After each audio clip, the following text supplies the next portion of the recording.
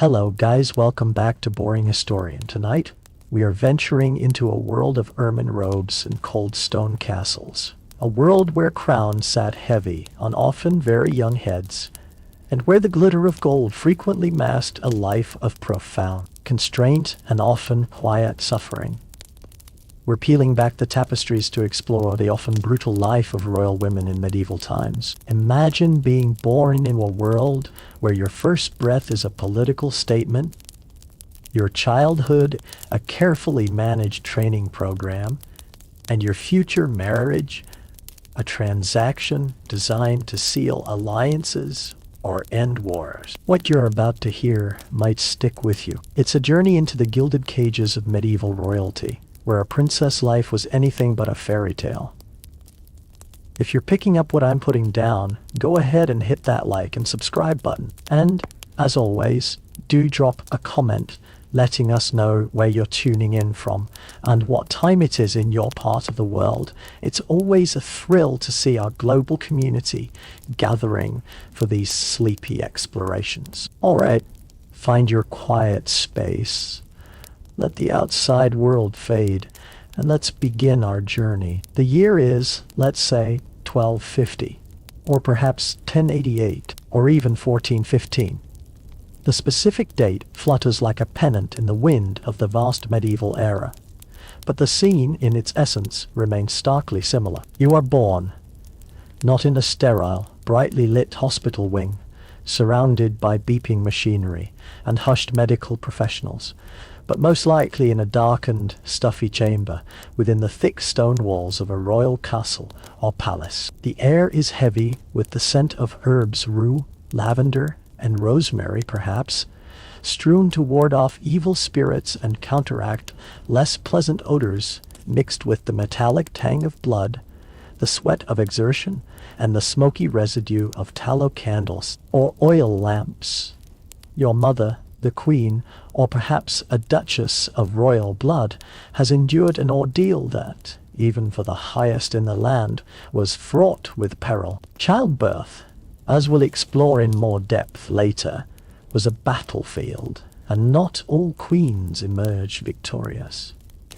Your first cries, if you are healthy enough to make them, are met with a complex mixture of relief, anxiety, and intense scrutiny. Is the child strong?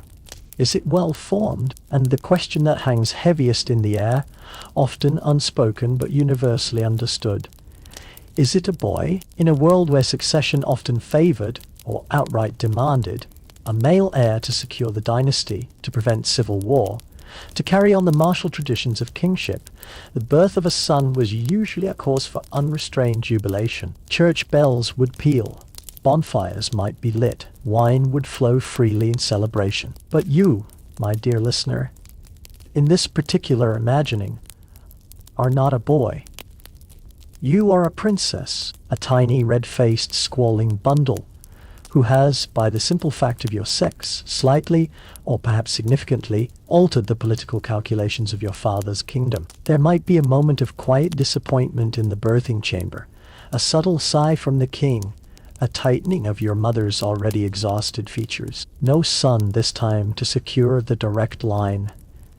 Yet, this disappointment is often swiftly followed by a pragmatic reassessment. For a princess in the intricate chess game of medieval dynastic politics was an incredibly valuable piece. You are not a future king, but you are a future queen, a future duchess, a vital link in a chain of alliances that could secure peace, acquire territory, or bolster your father's power against his rivals. Your birth, while perhaps not greeted with the same raucous joy as that of a brother, is still an event of profound significance. Your gilded cage, my dear, is already being meticulously forged, its bars fashioned from expectations, obligations, and the cold, hard currency of international diplomacy. Your very earliest days are a blur of sensations, mostly dictated by the customs of the time.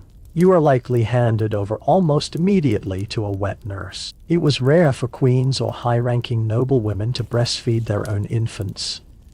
There were several reasons for this. It was believed to be detrimental to the mother's health and appearance. It could delay the return of her fertility, and thus the chance of producing that all-important male heir. And frankly, it was considered somewhat unbefitting her station. A mainstream historical fact is that the selection of a wet nurse was a serious matter. She would be carefully vetted for her health, her temperament, and even the quality of her milk, as it was believed that her moral character and physical attributes could be transmitted to the child through her milk. So, your first intimate bond is not with your royal mother, who might visit you ceremonially, but with another woman, chosen for her robust health and hopefully her placid disposition. You might spend more time in the arms of this peasant or lower-ranking woman than in those of the queen who bore you. You would be swaddled tightly, a practice common across all social classes, believed to help your limbs grow straight and to keep you warm and secure. Imagine being bound like a tiny royal sausage, your movement restricted, your world a cocoon of linen or wool. The nursery, if you were in a grand castle, might be a chamber close to the queen's apartments, but it would still be a relatively Spartan space by modern standards. Tapestries might cover the cold stone walls for insulation and decoration, depicting heroic battles or pious religious scenes, an early, if somewhat overwhelming, introduction to the values of your class. The floor might be strewn with sweet-smelling herbs or rushes to cover the dirt and absorb spills. Light would filter in through small, often unglazed or horn-covered windows, doing little to dispel the medieval gloom, especially during the long winter months. Heat would come from a large fireplace, which would also fill the room with smoke if the chimney didn't draw well, which it often didn't. It's a far cry from a brightly colored, stimulating modern nursery filled with educational toys and hypoallergenic materials. Your early sensory world is one of rough textures, smoky air, flickering light, and the constant hushed presence of attendants. Illness was an ever-present threat. Infant and child mortality rates were appallingly high in the medieval period, even for the children of royalty who, in theory, had access to the best available care. Diseases we now consider minor, like measles or even a common cold, could be fatal. Dysentery, smallpox, various fevers, the list of potential dangers was long and terrifying. Your survival through these early years would be seen as a testament to your own strength, and of course, to God's will. Prayers would be offered constantly for your health and well-being. Charms and amulets might be placed in your cradle to ward off evil spirits, or the evil eye. A quirky or fringe tidbit for you. It was sometimes believed that fairies or changelings might try to steal a beautiful or high-born baby, and leave a sickly, ill-tempered substitute in its place. So, your attendants might be particularly vigilant, employing various folk rituals to protect you from such supernatural mischief. You might have a sprig of rowan wood tucked into your swaddling clothes or a tiny silver bell, its tinkling meant to scare away any lurking malevolence. It's like a medieval baby monitor, only instead of picking up sounds, it's supposed to repel grumpy goblins. As you grow from a swaddled infant into a toddling child, your world expands slightly, but the constraints remain. You are rarely, if ever, left alone. Ladies-in-waiting, nurses, tutors, and guards are your constant companions. Play, as we understand it, free, imaginative, unstructured, is limited. There might be simple toys, carved wooden animals, dolls made of cloth or wood, perhaps a ball, but much of your time is already being gently, or not so gently, steered towards your future role. You are a princess, and every aspect of your upbringing is designed to prepare you for the day you will be married off to some foreign king or duke, a stranger whose language you may not yet speak, in a land you have never seen. Your education begins early. If you are fortunate, you will be taught to read, though literacy for women, even noble women, was not universal. Historians still argue whether literacy among medieval noble women was primarily for devotional purposes, reading prayer books and saints' lives, or if it extended to more secular literature and practical record-keeping. You would certainly receive intensive religious instruction, daily prayers, attendance at Mass in the castle chapel, learning the catechism, and hearing stories of the saints. These would be central to your upbringing. Piety was an essential virtue for a queen, a way to set a moral example for the court and the kingdom, and also perhaps a genuine source of comfort and solace in a life that often offered little personal control. You would learn languages. Latin, the language of the church and of international diplomacy, might be part of your curriculum. But more practically, you might be taught the language of the kingdom or duchy into which you were likely to marry. If your father is an English king and a match with the French Dauphin is being considered, you would be expected to become proficient in French. This wasn't just a polite accomplishment. It was a vital tool for your future survival and success as a queen consort in a foreign land. Imagine being transplanted to an alien court. Unable to understand a word anyone is saying, it would be a recipe for isolation and disaster. Needlework was another essential skill. You would spend countless hours learning to embroider, to create fine tapestries, to make and mend clothing. This wasn't just a pastime. It was a demonstration of feminine virtue, of domestic skill, and it also had practical applications. Fine embroidery could be used to create lavish gifts, to adorn church vestments, or to decorate the stark interiors of medieval castles. It was a quiet, contained activity suitable for a young lady of high birth. You'd sit with your ladies, your needles flashing, perhaps listening to a romance being read aloud, or to music, or to carefully selected, edifying conversation. No idle chatter about boys or fashion, unless it was the fashion for a particularly pious new style of wimple. Music and dance were also part of your education, but again, with a specific purpose. You might learn to play a gentle instrument like the harp or the lute. You would learn the intricate, stately dances of the court. These accomplishments were designed to make you a graceful and pleasing presence, an ornament to your future husband's court, capable of entertaining guests and participating in the refined social rituals of aristocratic life. It wasn't about self-expression or artistic passion. It was about acquiring the polished skills of a royal consort. You're not learning to shred on the lute like a medieval rock star.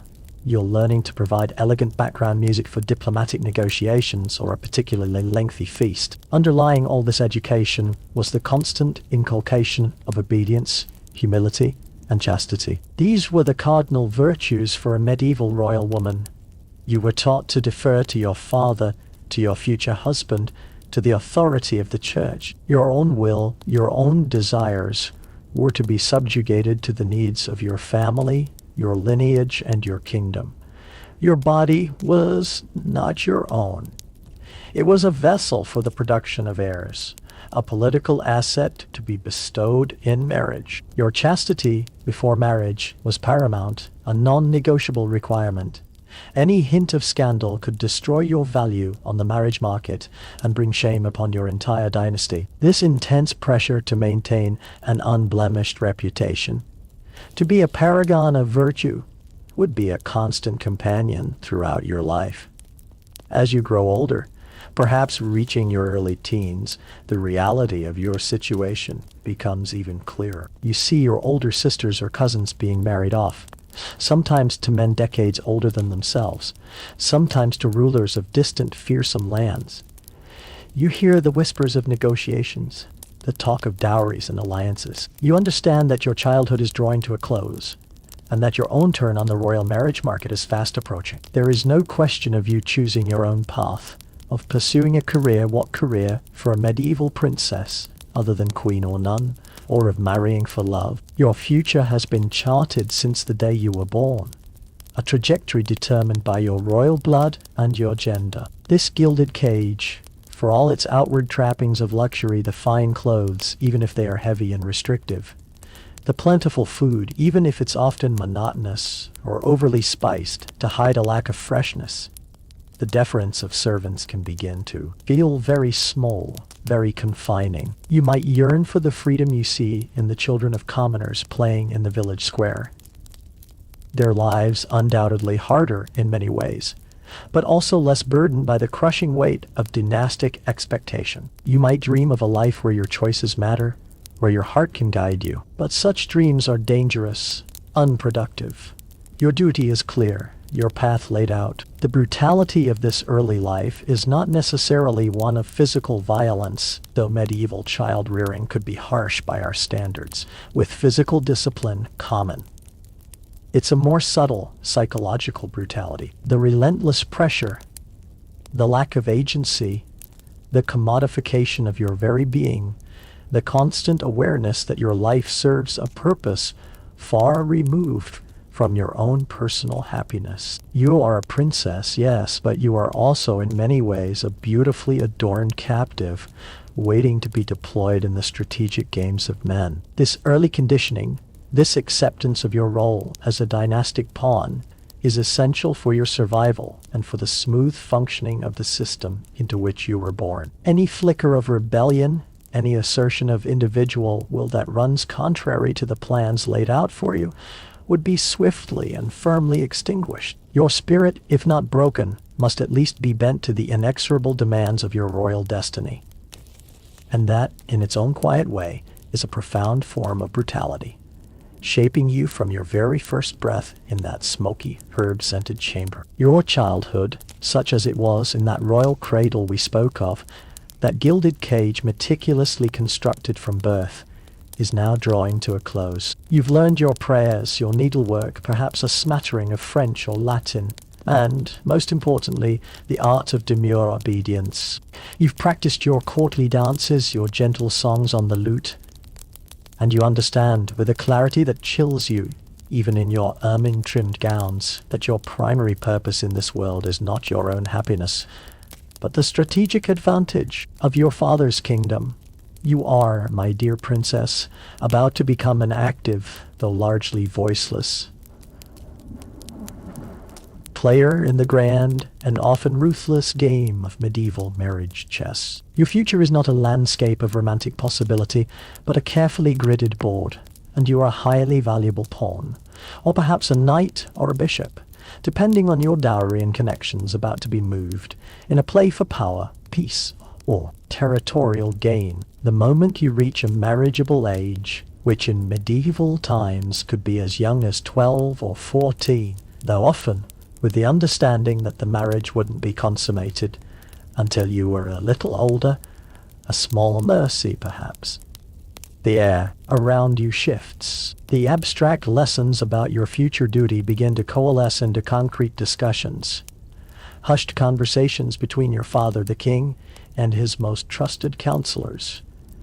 The rustle of parchment as envoys arrive from distant lands. You might not be privy to these discussions directly. Why would you be? It's not as if your opinion on the matter of who will share your bed and rule your future life is considered particularly relevant, but you feel the change. There's a new intensity in the way courtiers observe you, a more pointed assessment in the eyes of visiting dignitaries. You are no longer just the king's daughter.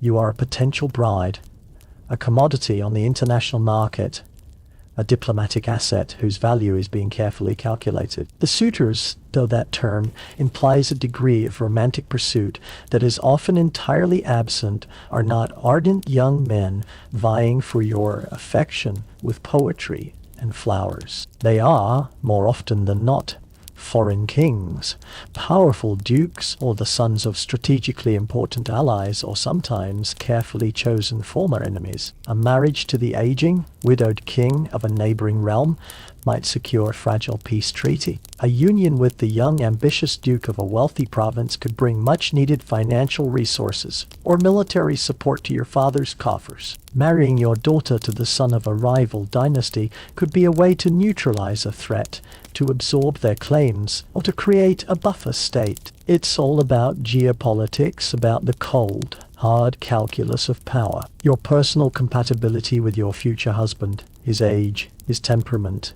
his personal hygiene habits, these are minor details. Footnotes in the grand treaty being drafted in your name? You might be lucky. You might be young, reasonably comely, and not overtly cruel, or you might be shipped off to marry a gout-ridden, ill-tempered monarch old enough to be your grandfather, whose previous wives have had a suspicious habit of dying young. It's a lottery, and the stakes are your entire life. Imagine the arrival of an embassy from a foreign court, come to inspect you, the prospective bride, and to haggle over the terms of your disposal. They arrive with great pomp and ceremony, a train of knights, clerks, and servants, their banners fluttering, their horses finely caparisoned. You are dressed in your finest silks and velvets, your hair elaborately braided, or covered with a jeweled headdress, and presented to them in the great hall. You must appear modest yet regal, healthy a crucial point, as your fertility is a prime asset, and impeccably mannered. The envoys will scrutinize you, noting your complexion, your posture, your teeth. A good set of teeth was a sign of health and breeding, much like checking the pedigree of a prize mare. They might ask you a few simple questions, perhaps in a language you are still struggling to master, to assess your wit and your education. It's like a particularly stressful job interview, where the job is queen of a foreign land you've never seen, married to a man you've never met, with the entire political stability of two kingdoms resting on your slender shoulders. No pressure to make a good impression then.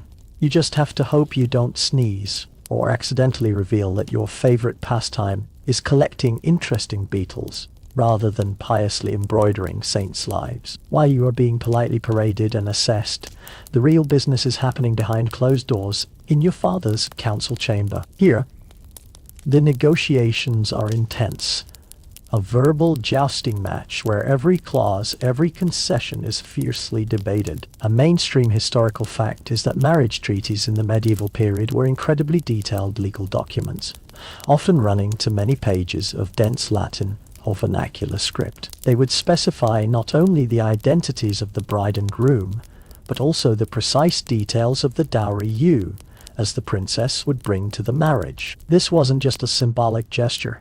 It was a substantial transfer of wealth. Your dowry might include vast sums of money, valuable lands, castles, jewels, precious plate, luxurious textiles, and even military resources. The size and composition of your dowry were a direct reflection of your father's power and his desire to secure the match. A large dowry could make you an irresistible prize, even if your prospective husband's kingdom was on the other side of the known world, and rumored to be populated by actual fire-breathing dragons, or at least very bad-tempered in-laws. In return, the treaty would also stipulate your dower rights, the portion of your future husband's lands and revenues that would be assigned to you for your maintenance should you be widowed. This was your security, your medieval pension plan, and ensuring it was adequate was a key concern for your family's negotiators. They wouldn't want you left destitute and dependent if your husband inconveniently dropped dead of a surfeit of lampreys shortly after the wedding. The treaty might also include complex political clauses, agreements for mutual military aid, promises of succession rights for your children, territorial adjustments, trade concessions, or the formal ending of long-standing feuds. You are the living seal on this pact, the human guarantee that the terms will be honored. Your small royal person is the glue holding together a fragile peace or a new powerful alliance. It's a heavy burden for young shoulders, especially shoulders that would probably rather be out flying a hawk or reading a forbidden romance. Throughout these negotiations, your own voice is almost entirely absent. You are discussed, analyzed, valued, and bartered like a prized falcon or a particularly fertile piece of agricultural land. Your hopes, your fears, your preferences, these are irrelevant, static in the grand transmission of dynastic strategy. You might hear snippets of information, rumors whispered by your ladies-in-waiting, a grim pronouncement from your father, a tearful word of advice from your mother, who likely went through a similar process herself. You might try to glean information about your potential husband. Is he old or young, cruel or kind, pious or a notorious libertine? Does he at least speak a language you understand? The not knowing, the uncertainty, the complete lack of control over your own destiny must be a profound source of anxiety. Historians still argue whether medieval royal women were entirely passive victims in this process, or if some, particularly those with strong personalities or influential maternal figures, found subtle ways to express preferences or exert a modicum of informal influence on the choice of their future spouse. Perhaps a well-timed swoon or a strategically deployed tear could sway a decision, but outright defiance was usually unthinkable and often counterproductive. Imagine the moment the decision is finally made. Your father summons you to his presence. The room is somber. The counselors look grave. He informs you that you are to be wed to King Alfonso of a distant, sun-scorched southern kingdom, a man twice your age, recently widowed, and in desperate need of a legitimate heir and a fresh alliance with your powerful northern realm. Your dowry has been settled, the treaty signed. Your departure date is set. There is no discussion, no appeal. Your duty is to obey, to prepare yourself, and to pray that King Alfonso is not as fearsome as the rumors suggest, and that the southern sun doesn't curdle your northern complexion too badly. The finality of it must be crushing. Your childhood is officially over. Your life, as you have known it, is about to be irrevocably changed. You are no longer just Eleanor of England or Margaret of Scotland. You are now, in essence, Alfonso's future queen. A title that erases much of your former identity and replaces it with a new and rather terrifying set of obligations. A quirky or fringe tidbit for you. Sometimes, portraits were exchanged during these long-distance marriage negotiations, a way for the prospective bride and groom to get a usually highly flattering and not entirely accurate glimpse of each other before they met. However, medieval portraiture wasn't exactly known for its photorealism. The artist's job was often to create an idealized image, emphasizing the noble lineage and virtuous qualities of the subject, rather than a warts-and-all likeness. So, the handsome prince in the miniature you receive might turn out to have a notable squint and a worrying lack of chin in real life.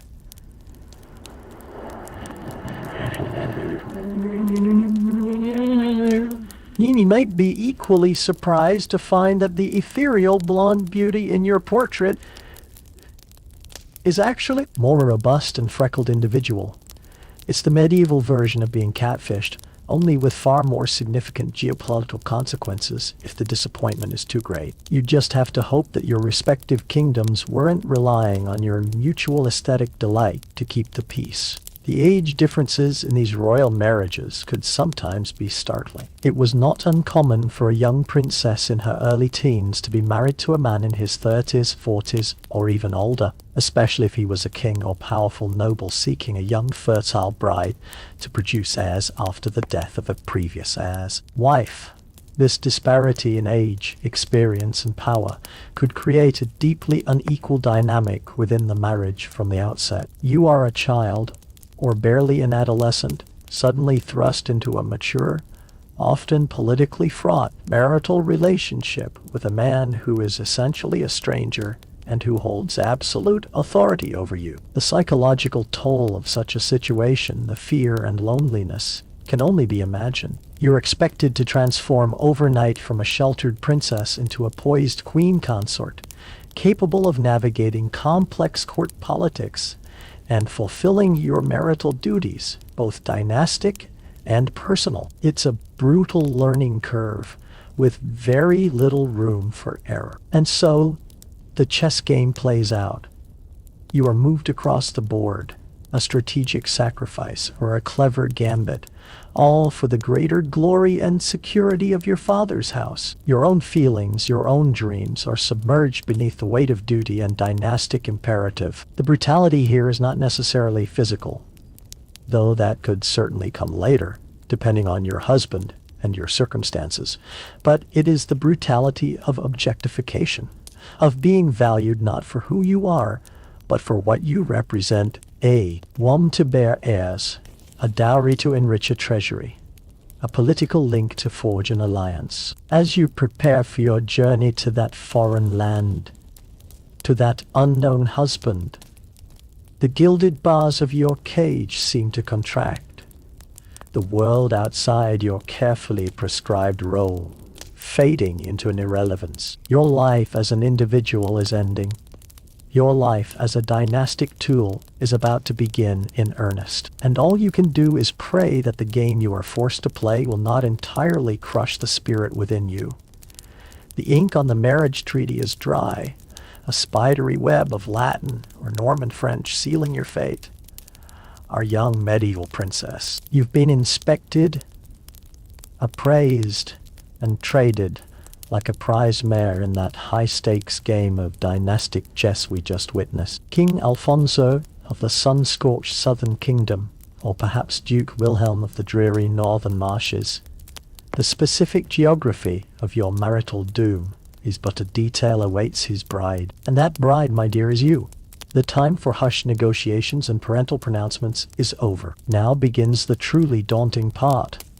The journey. You must leave behind everything you have ever known: your family, your home, the familiar cadences of your native tongue, the very scent of the air in your father's castle, and embark on a perilous trek to a foreign land, to a strange court, and to the arms of a husband who is at best a vaguely hopeful portrait, and at worst a terrifying unknown.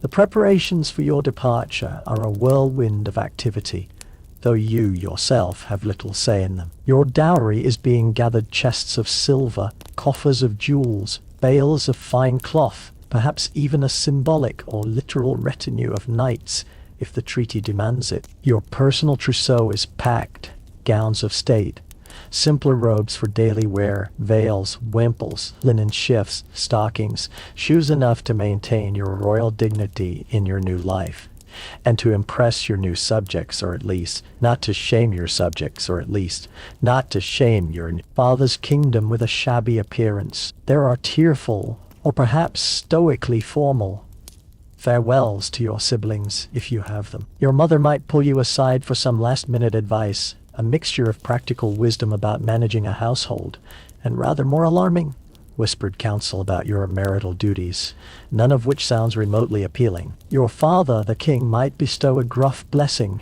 his mind already turning to the political advantages your sacrifice, for let's be honest, that's what it often feels like will bring him.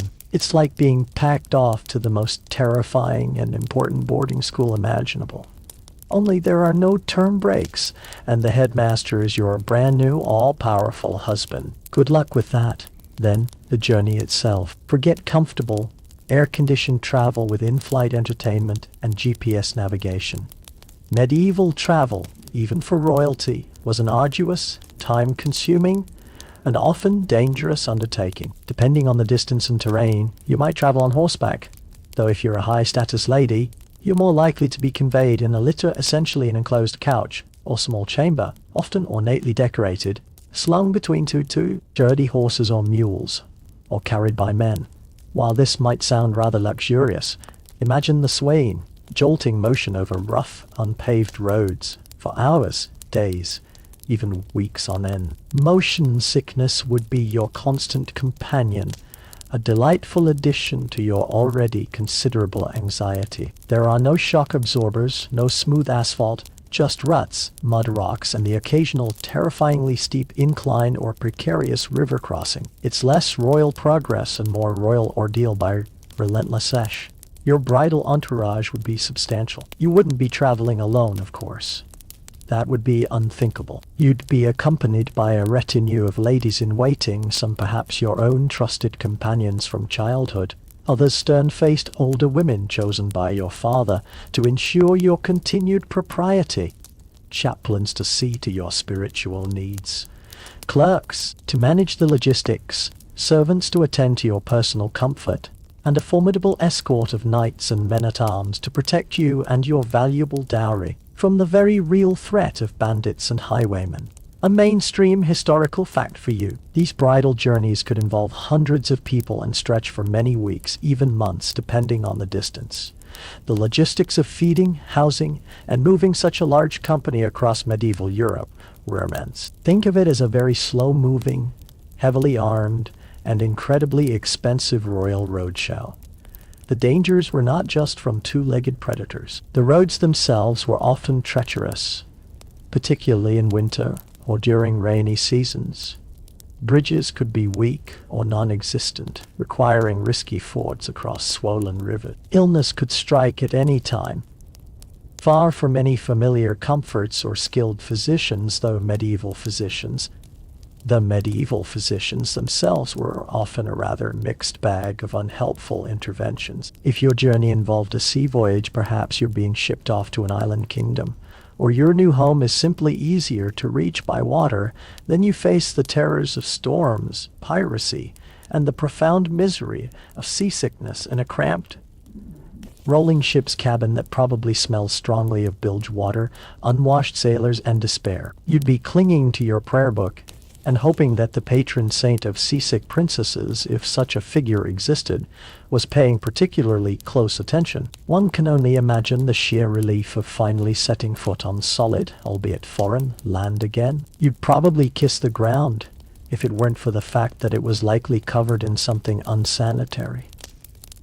Throughout this long and wearying journey, your mind would be a whirl of emotions. Homesickness, a deep an aching longing for the familiar faces and places of your childhood, fear of the unknown future, of the strange husband and alien court that await you, a sense of duty, perhaps a grim determination to fulfill the role that has been assigned to you, and maybe, just maybe, a tiny flickering spark of hope that things might not be entirely terrible, that your new life might hold some unexpected joys, that your husband might be kind, or at least not actively malevolent. You'd cling to that spark like a drowning sailor to a piece of driftwood. And then finally, after what seems like an eternity of jolting and swaying, of strange inns or makeshift camps, of unfamiliar landscapes and unintelligible local dialects, you arrive, your destination,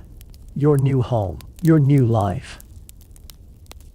The welcome might be grand and formal, with cheering crowds suitably prompted, of course, pealing church bells, and a procession of local dignitaries come to greet their new princess or queen.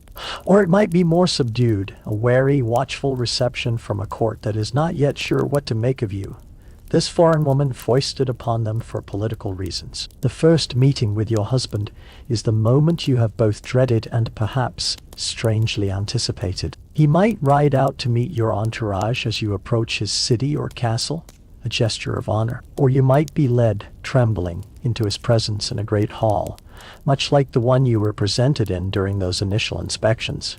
Only this time, the stakes are infinitely higher. Is he the stern, aging monarch you feared, the callow youth portrayed in that flattering miniature, or someone entirely different, someone whose true nature is hidden behind a mask of royal formality? You exchange polite, carefully rehearsed greetings, perhaps in a language that still feels clumsy on your tongue. You search his face for clues, for any sign of kindness or interest, or even just basic human decency. He, in turn, is no doubt assessing you, his new bride, the vessel of his future heirs, the symbol of his new alliance. It's not exactly a meet-cute from a romantic comedy. It's more like two very nervous CEOs from rival corporations meeting for the first time after a hostile takeover, only with more ermine and less talk of synergy. The court itself is an alien landscape. The language spoken around you might be different, or at least a dialect that is difficult to understand. The customs, the etiquette, the food, the very rhythm of daily life, everything is unfamiliar, strange, and potentially bewildering. The faces are new, and you don't yet know who is a friend, who is a foe, and who is simply indifferent to your fate. You are an outsider, a foreigner, and you will be viewed with a mixture of curiosity, suspicion, and perhaps even resentment by those who see you as a symbol of a new, and not necessarily welcome, political reality, a quirky or fringe tidbit. Sometimes, a new queen's foreign attendance and customs were a source of considerable friction at court. Her ladies-in-waiting might be seen as spies, her preferred style of dress or cuisine as an affront to local traditions. There are historical accounts of queens who faced intense hostility precisely because they were perceived as too foreign and failed to assimilate quickly enough. It's like being the new kid at a very exclusive, very snobby, and very politically charged high school, where everyone already has their cliques and their grudges. Loneliness can become your closest companion in these early days, even if you were allowed to bring a few trusted ladies from your own country. And this was by no means guaranteed.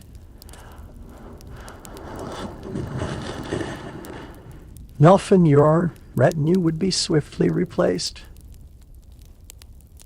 by appointees of your new husband to ensure your loyalty are still profoundly isolated.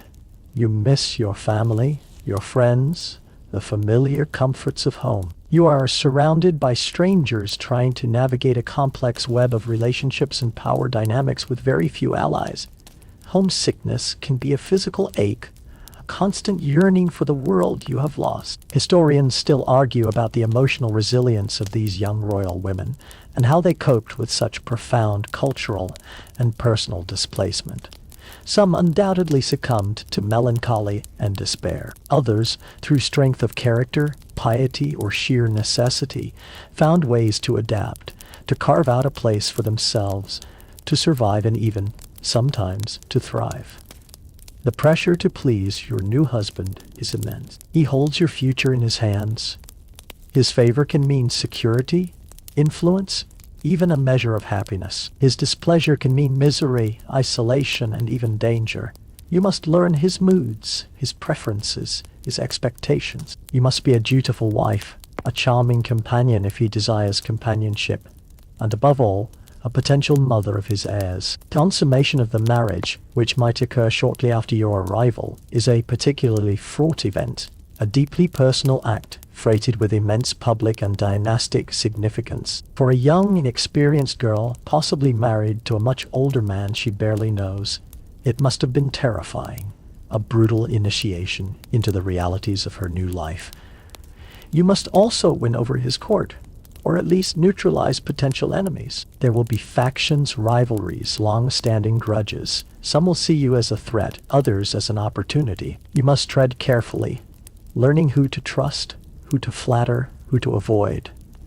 A misstep, a careless word, an ill-judged alliance could have serious consequences. Your every action, your every word, your very demeanor will be scrutinized, analyzed, and reported back to your husband or his influential counselors. The gilded cage you left behind has simply been replaced by another, perhaps larger and more ornate, but a cage nonetheless, its bars now forged from the unfamiliar customs and watchful eyes of this alien court. Your perilous journey may have ended, but your struggle to survive and find your place in this strange new world has only just begun.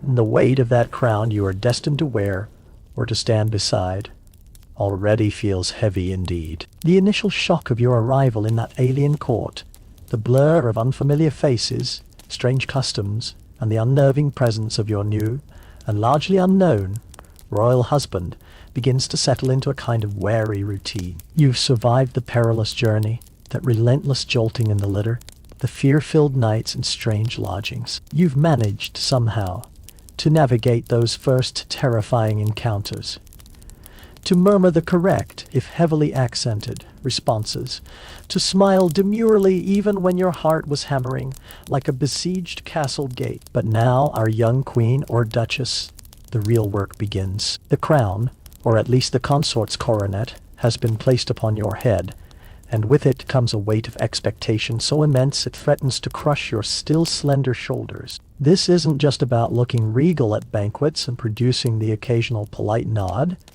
This is about fulfilling a complex, demanding, and often deeply brutal set of queenly duties, all under the relentless, unforgiving gaze of an entire kingdom. First and foremost, towering above all other expectations like the highest turret on your new husband's grimmest fortress, is your sacred, non-negotiable duty to produce heirs. And not just any heirs, male heirs, strong, healthy sons to secure the dynasty, to inherit the throne, to prevent the chaos of a disputed succession, and to ensure that your husband's lineage, and by extension your own newly acquired family's power, continues unbroken. Remember those anxious whispers in the birthing chamber when you, a princess, were born? Now, the anxiety is yours, magnified 1,000-fold. Every month that passes without a sign of pregnancy can bring a fresh wave of concern, a subtle tightening of your husband's expression, a more pointed pity in the eyes of your ladies-in-waiting. Or worse, a gleeful murmur of speculation amongst court factions who might have preferred a different royal match. Your fertility, or lack thereof, is not a private matter. It is a subject of intense public interest, of courtly gossip, of diplomatic dispatches, and, quite literally, of national security. Prayers are offered throughout the kingdom for your womb to be fruitful. Pilgrimages might be undertaken on your behalf to shrines renowned for aiding conception. You might be subjected to a bewildering array of medical advice, some of it sensible, much of it based on half-baked theories about humors and astrological influences, and some of it frankly bizarre. You might be advised to eat certain foods, perhaps a hearty diet of roasted meats and strong wine, or conversely, something bland and purifying, to avoid others, to sleep in certain positions, or even to wear specific amulets or relics. A quirky or fringe tidbit for you. There were various medieval folk beliefs and quasi-medical practices aimed at influencing conception, or even the sex of the child, such as timing intercourse with specific phases of the moon, or consuming concoctions made from rather unappetizing ingredients like powdered animal testicles or specific herbs, all in the desperate hope of producing that all-important son. It makes modern fertility treatment seem like a walk in the park, albeit a very expensive, emotionally draining park. When pregnancy finally does occur, it's a cause for cautious rejoicing, but also for heightened anxiety. The dangers of miscarriage are ever present. Your every movement, your every morsel of food will be scrutinized. You are, in essence, a precious vessel, and the contents are far more important than the vessel itself. As your confinement approaches the period leading up to childbirth, when you would traditionally withdraw from public life, the tension mounts. The birthing chamber, as we've touched upon, is a place of immense peril, and we will delve into its specific terrors later. For now, suffice it to say that your primary role, the one upon which your entire value as queen often rests, is to survive this ordeal and to present your husband and his kingdom with a healthy, living heir, preferably with the correct set of all chromosomes. Failure to do so repeatedly could have catastrophic consequences for you, ranging from your husband's displeasure and neglect to him seeking an annulment on some trumped-up charge so he can try his luck with a new, hopefully more fertile queen. The pressure is almost unimaginable. It's like being the star player in the dynastic Super Bowl every 9 months. And if you don't score a touchdown, i.e., produce a son, you might get traded, or worse. Beyond the all-consuming duty of procreation, your role as queen consort involves a complex tapestry of diplomatic, social, and political responsibilities. Though your actual, officially sanctioned power is often severely limited, you are expected to be a gracious hostess, presiding over the royal court with dignity and charm. This means entertaining ambassadors, hosting feasts for visiting nobles, and generally ensuring that your husband's court is seen as a place of culture, magnificence, and order. Your own household, which could be a substantial establishment with its own treasurer, chamberlain, ladies-in-waiting, and servants, needs to be managed efficiently and without scandal. This in itself is a significant administrative task, requiring skill, diplomacy, and a keen eye for detail.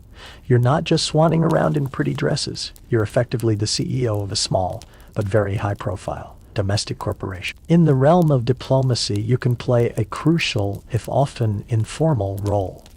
As a foreign-born queen, you are a living link between your husband's kingdom and your native land. You might be called upon to act as an intercessor, a mediator, a peacemaker between your husband and your father or brother. Your understanding of both courts, your personal connections, can be invaluable in smoothing over diplomatic tensions, negotiating treaties beyond your own marriage contract, that is, or fostering alliances. A mainstream historical fact is that many medieval queens, such as Eleanor of Castile, wife of Edward III of England, or Isabella of France, wife of Edward II of England, though her story takes a rather more dramatic and violent turn, wielded considerable influence through their personal piety, their patronage, their lands, and their advisory roles to their husbands, sometimes even acting as regents during their husbands' absences. This soft power could be immense, but it was often dependent on the queen's personal relationship with her husband and her ability to navigate the treacherous currents of court politics. You are also expected to be a patron of arts, literature, and, most importantly, religion. Endowing monasteries, commissioning devotional artworks, supporting religious orders, and displaying profound personal piety were all part of the queenly ideal. This not only burnished your own reputation for virtue, but also reflected well on your husband and his kingdom, demonstrating their commitment to God and the Church. Your private chapel would be a model of devotion, your almsgiving to the poor generous and well publicized. This religious role could also be a genuine source of spiritual solace and personal agency for many queens, a sphere where they could exert some real influence and leave a lasting legacy. However, it too was a performance, subject to scrutiny. Too much overt political meddling under the guise of religious counsel could be seen as overstepping your bounds. Too little visible piety could lead to whispers about your spiritual laxity. It's a delicate balance, this performance of perfect queenly virtue. And that brings us to the relentless, suffocating scrutiny under which you live your entire life. As queen, you are constantly on display, a public figure whose every word, every action, every choice of gown or headdress is noted, analyzed, and commented upon. You are expected to be a paragon of wifely obedience, maternal devotion, and Christian piety. Your dress should be modest yet regal, reflecting your status without being excessively extravagant, unless extravagance is precisely what the political moment calls for to impress a rival court, in which case bring on the cloth of gold and the improbable cliques of pearls. Your conduct must be above reproach. Any hint of levity that could be misconstrued as flirtatiousness, any sign of undue ambition, any perceived lapse in your religious duties could be seized upon by your enemies at court, and you will undoubtedly have enemies,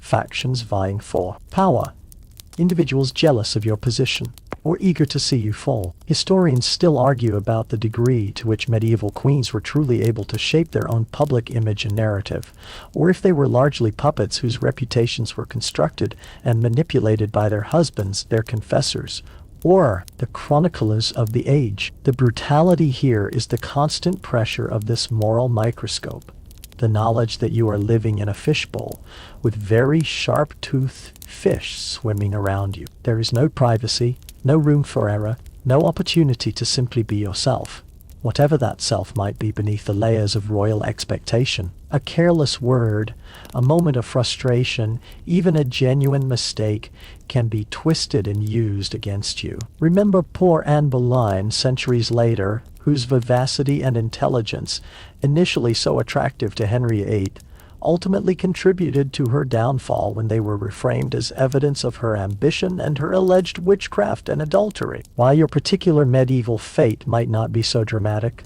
the underlying principle remains.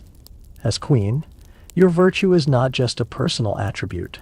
It is a political necessity, and its perceived lack can have devastating consequences. It's like being a contestant on a reality TV show where you're judged 247, only instead of being voted off the island, you might be divorced, disgraced, or conveniently die of a sudden, mysterious illness. Makes you long for the simple life of a turnip farmer's wife, doesn't it? Your relationship with your husband, the king, is of course central to your power and your survival. If you are fortunate enough to earn his trust, his affection, or at least his respect, you might find yourself with a considerable degree of informal influence. You could become his confidante, his valued advisor, a moderating influence on his temper or his policies. But if the relationship is strained, if he is cruel, indifferent, or easily swayed by malicious courtiers, your position can be incredibly precarious. You are, after all, a foreigner in his land, dependent on his goodwill. Your primary value to him, once the initial alliance is sealed, lies in your ability to produce heirs and to conduct yourself with impeccable propriety. If you fail in these areas, or if he simply tires of you, or finds a more politically advantageous match elsewhere leading to those messy annulment proceedings, you can be cast aside with alarming ease. The court itself is a nest of intrigue. Factions rise and fall, favorites gain the king's ear and then lose it. Alliances shift like sand.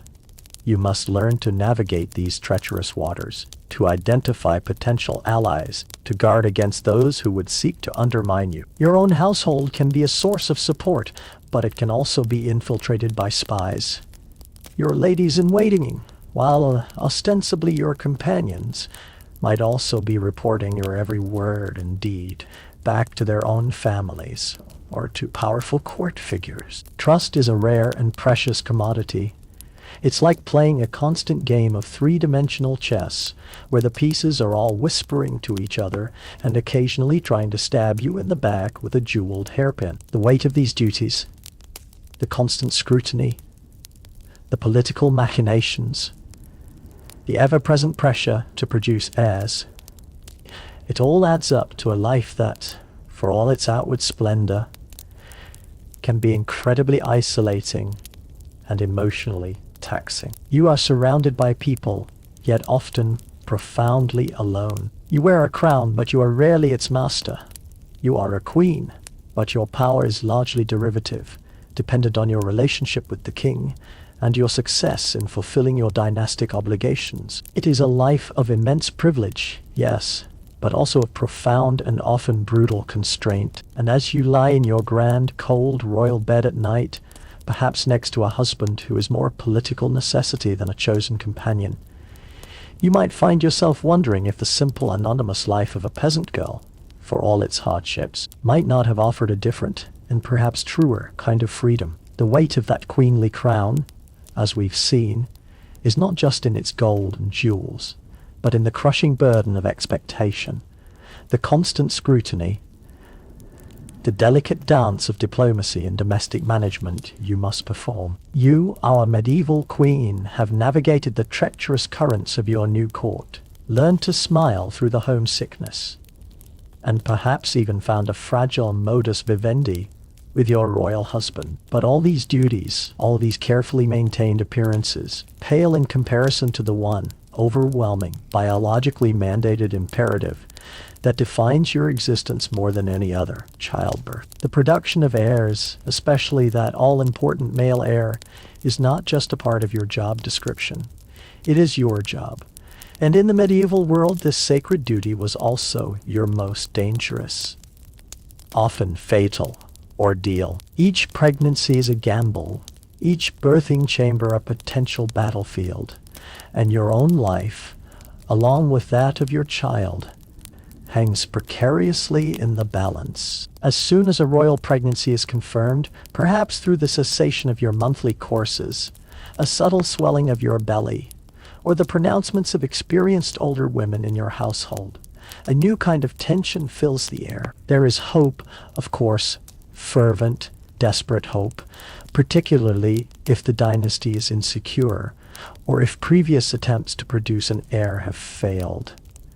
But this hope is always twinned with a profound, underlying fear. Miscarriage is common, stillbirth is a constant specter, and the act of birth itself, even a successful one, carries an appalling risk to you, the mother. You are acutely aware that many queens and noble women before you, women in your own family perhaps, have entered the birthing chamber full of life and anticipation, only to be carried out days or weeks later in a shroud.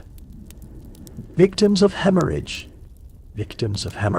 infection or sheer exhaustion. The preparations for your confinement, the period leading up to the birth, are elaborate and steeped in ritual. You withdraw from public life, often into a specially prepared suite of rooms, usually darkened to encourage rest and keep out harmful influences or drafts. These chambers are often hung with rich tapestries, not just for warmth and decoration, but sometimes with specific religious or symbolic scenes intended to promote a safe delivery and a healthy child.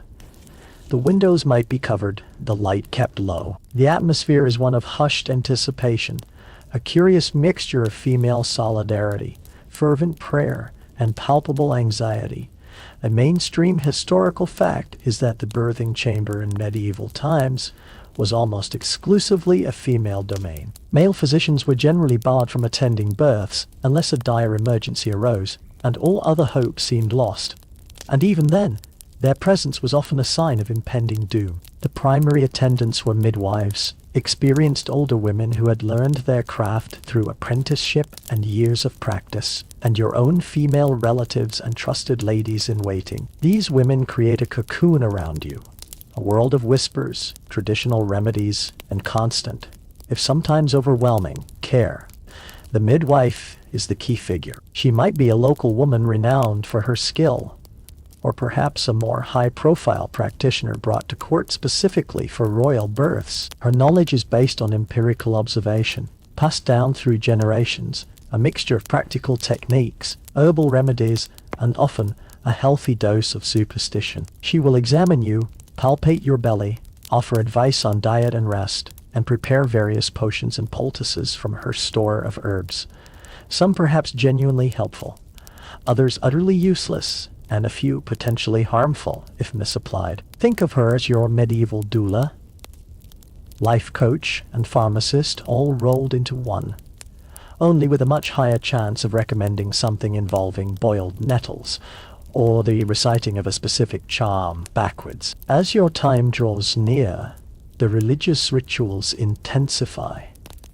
Masses are said for your safe delivery. Relics of saints known for their intercession in childbirth might be brought into the chamber or worn on your person. You make your confession. Prepare your soul just in case. It's a sobering reminder of the very real possibility that you might not survive. The priest might bless the birthing stool or bed. Candles burn before an image of the Virgin Mary, the ultimate symbol of sanctified motherhood. The air is thick with incense, with the murmur of prayers, with the collective will of your attendants urging a safe and speedy outcome. Historians still argue whether this intense religious focus provided genuine spiritual comfort and strength to women facing the terrors of childbirth, or if it, in some cases, added to the psychological pressure, framing the ordeal as a divine test of faith and virtue. Then the labor begins. And here, my dear queen, is where the true brutality of your situation often becomes starkly apparent. Medieval understanding of the physiology of childbirth was rudimentary, to say the least. There were no effective anesthetics to ease the pain, which could go on for days, even weeks, in cases of obstructed labor. The midwife would encourage you to walk, to squat, to adopt various positions believed to aid the descent of the child. She might use massage, apply warm compresses, or offer herbal infusions to strengthen contractions or calm your nerves. But if complications arose, her options and yours were terrifyingly limited. Imagine the agony of a prolonged obstructed labor, where the baby simply will not come. Hours turn into days. Your strength wanes. Your attendants pray, they plead, they try every remedy in their arsenal, but the inexorable grinding pain continues. Infection. From unhygienic practices, the understanding of germ theory was centuries away, or from internal injuries, is a constant threat. Puerperal fever, or childbed fever, a devastating postpartum infection, was a common killer of new mothers across all social classes. If the baby was in a breech position, or if your pelvis was too narrow, or if other complications occurred, the midwife might attempt manual interventions. But these were often crude, agonizing, and carried a high risk of causing further injury to both you and the child. Surgical intervention, such as a cesarean section, was almost unheard of on a living mother. It was generally a last-ditch effort to save the baby, if the mother was already dead or dying. It's a grim reality, a stark contrast to the romanticized images of serene motherhood often depicted in medieval art. There's nothing serene about fighting for your life and the life of your child in a smoky candlelit room with nothing but courage, prayer, and the often limited skills of your attendants to see you through. If, by God's grace and your own sheer endurance, you successfully deliver a living child, the relief in the chamber is immense, almost palpable. But the danger is not yet over. Postpartum hemorrhage is a major risk. And then there is the anxiety over the child itself. Is it healthy? Is it well-formed? And of course that ever-present question, is it a boy? If a healthy son is born, the joy is unconfined. The news is rushed to the waiting king and the court. Bells ring, celebrations begin. You, the queen, are a hero, a vessel of dynastic triumph. You have fulfilled your primary sacred duty. You have secured the succession. For a time at least, your position is secure, your value reaffirmed. You might even get a nice piece of jewelry out of it, or perhaps just the profound relief of not being immediately pressured to try again for a boy. Small victories. But if the child is a daughter, the reaction is more muted. There is relief that both you and the child have survived, yes. And a daughter, as we know, has her own dynastic value as a future marriage pawn. But it is not the ultimate prize. The pressure to produce a male heir remains. If the child is stillborn or dies shortly after birth and infant mortality rates were tragically high, the grief is compounded by a sense of dynastic failure. You, the queen, might be blamed, however unfairly. Was it some sin you committed? Some failure of piety? Was your constitution simply not strong enough?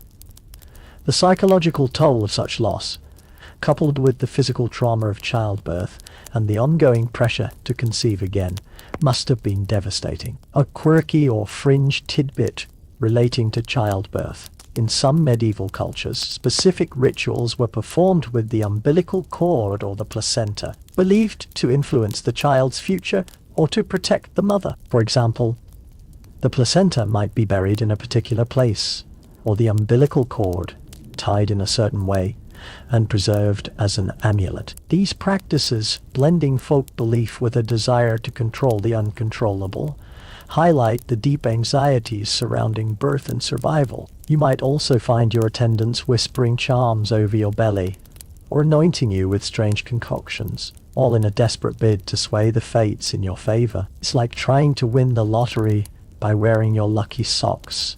Only the stakes are your life and the future of a kingdom. The sheer number of queens and noblewomen who died in childbirth or shortly thereafter from its complications is a stark testament to the dangers they faced. Jane Seymour, third wife of Henry VIII, admittedly a bit later than our core medieval period, but the risks remained similar, famously died of puerperal fever just days after giving birth to the long-awaited male heir, Edward XVI. Go further back, and the annals of every royal house in Europe are littered with such tragedies.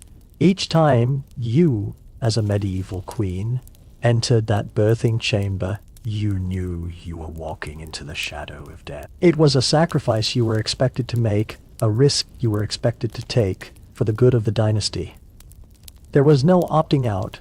No, not sure I'm ready for the responsibility just yet. Your womb was a national resource, and its use was not up for debate.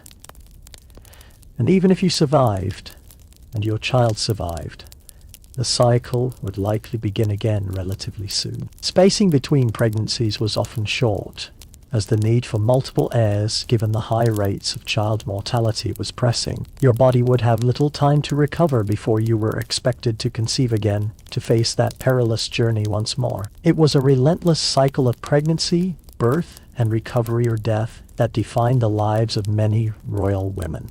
Their personal health, their own aspirations beyond motherhood, were often secondary to this overwhelming dynastic imperative. The brutality here is not just the physical pain and danger, but the relentless, life-consuming nature of this reproductive burden, the way it overshadowed every other aspect of their existence. You were less a person, more a royal baby-making machine, and heaven help you if the machine malfunctioned or produced the wrong model. You've survived the birthing chamber, that crucible of royal womanhood we just navigated perhaps multiple times. You've felt the agony, the terror, and hopefully the profound relief of delivering a living child, preferably a son, thus securing your primary function in this medieval dynastic drama. The echoes of those life and death struggles might still linger in your body, in your memory. But life, even for a medieval queen, is not solely defined by the relentless cycle of pregnancy and childbirth, however central that may be. Beyond the nursery and the lying-in room, there exists the glittering, treacherous world of the royal court, a stage upon which you, our queen, must play a complex and often subtle game. For while your formal constitutional power might be severely limited, there are avenues, often winding and indirect, through which you can learn to wield influence, to shape events, to leave your mark on the kingdom that is now your home. This is the realm of courtly power, a queen's subtle game of diplomacy, patronage, and, if circumstances allow, even regency. First, let's be clear, you are not, in most medieval kingdoms, a ruler in your own right, simply by virtue of being queen consort. Your husband, the king, holds the sovereign authority. Laws are made in his name. Wars are declared by his command. Justice is dispensed under his seal. You do not sit on his council by right, nor do you command armies, though history does offer a few truly exceptional warrior queens. They are very much the outliers, and often acting out of sheer desperation or extraordinary circumstance. Your power, for the most part, is what we might call soft power. It is persuasive, informal, often exercised behind the scenes, and heavily dependent on your personal qualities, your relationship with the king, and your skill in navigating the intricate human chess game of the court. It's less about wielding a scepter, and more about subtly guiding the hand that does. Think of it as being the ultimate influencer, only instead of promoting dubious wellness teas, you're trying to promote peace treaties or secure a plum bishopric for your favorite pious cousin. One of your most significant, and often underestimated, spheres of influence is your own household. As queen, you preside over a substantial establishment, a veritable court within the court, comprising your ladies-in-waiting, chamberlains, chaplains, clerks, treasurers, and a host of other servants and officials. A mainstream historical fact is that a medieval queen's household could be a large and complex organization, sometimes with its own budget, lands, and administrative staff, giving her a degree of economic independence and a significant patronage network. This household is not just a domestic arrangement, it's a power base. The appointments you make, the favors you dispense, the access you grant, these all create a network of loyalty, a cohort of individuals who owe their positions and their advancement to you. These people can be your eyes and ears in the wider court, bringing you information, carrying your messages, and subtly promoting your interests. Of course, it can also be a viper's nest of internal rivalries and planted spies, so managing it effectively requires a deft hand and a good judge of character. You need to be a medieval HR manager, CEO, and chief intelligence officer all rolled into one, while still looking serene and embroidering a nice altar cloth. Perhaps your most traditional and socially accepted role in wielding influence is that of intercessor. The queen was often seen as a figure of mercy, a compassionate advocate who could soften the king's justice or plead for those who had fallen out of favor. Petitioners, nobles, commoners, clergy might seek your aid, hoping that your gentle persuasion, your wifely influence, could sway the king where their own direct appeals had failed. Imagine a tearful mother begging you to intercede for her son, condemned for some rash act of rebellion, or a group of merchants seeking your support for a favorable trade agreement. You might choose your moments carefully, approaching your husband when he is in a receptive mood, using your charm, your piety, or your carefully reasoned arguments to advocate for a cause or an individual. Success in this role could earn you immense popularity and gratitude, enhancing your reputation as a good and merciful queen. However, it's a delicate balance. Intercede too often, or for the wrong people, or in a way that seems to challenge the king's authority, and you risk his displeasure, which can have swift and unpleasant consequences. It's like trying to convince your notoriously grumpy boss to give someone a second chance. Timing and tact are everything. And if you push too hard, you might find yourself in the metaphorical doghouse, which in medieval times could be an actual, very uncomfortable, and possibly damp tower. Patronage is another powerful tool at your disposal. As queen, you often have considerable resources, either from your own dower lands or from the king's generosity, to dispense favors and support various causes. You can be a significant patron of religious institutions, endowing monasteries, funding the construction of chapels, commissioning lavish devotional artworks, or supporting particular religious orders. This not only demonstrates your piety, a crucial queenly virtue, as we've discussed, but also builds alliances with powerful churchmen who can be valuable allies. You can also be a patron of arts and literature. Many medieval queens played a vital role in fostering courtly culture, supporting poets, musicians, and chroniclers. They might commission romances, translations of classical works, or histories that subtly glorified their own lineage or their husband's reign. This patronage not only enhanced the prestige of the court, but also allowed you to shape, in some small way, the cultural narrative of your time. A quirky or fringe tidbit: some queens were known to have their own personal libraries, and a few were even authors or translators themselves, though this was rare. Queen Matilda of Scotland, wife of Henry I of England, for example, was renowned for her piety and learning, and was a significant patron of religious houses. Having a reputation as a cultured and generous patroness could significantly enhance your status and influence. It's the medieval equivalent of having a very influential charitable foundation, only your fundraising galas involve more jousting and fewer rubber chicken dinners. Now, what about more direct political power? While officially limited, there were circumstances under which a queen could find herself wielding very real authority. The most significant of these was regency. If the king died, leaving an underage son as heir, or if he was absent from the kingdom for long periods, perhaps on crusade, or fighting a war in a distant part of his realm, his queen was often appointed regent, ruling in his or their son's name. This was a position of immense responsibility and considerable peril. As regent, you would preside over the royal council, make key appointments, manage the kingdom's finances, dispense justice, and even direct military affairs. Some medieval queen regents, like Blanche of Castile, mother of Louis IX of France, or Isabella of France during the minority of her son, Edward III, though her own path to power was rather bloody and controversial, proved to be incredibly capable and formidable rulers, navigating complex political challenges with skill and determination. However, a queen regent often faced intense opposition from powerful nobles who resented female rule, or who sought to exploit the perceived weakness of a regency for their own gain. You would need to be shrewd, ruthless, and adept at building alliances to survive and succeed in such a role.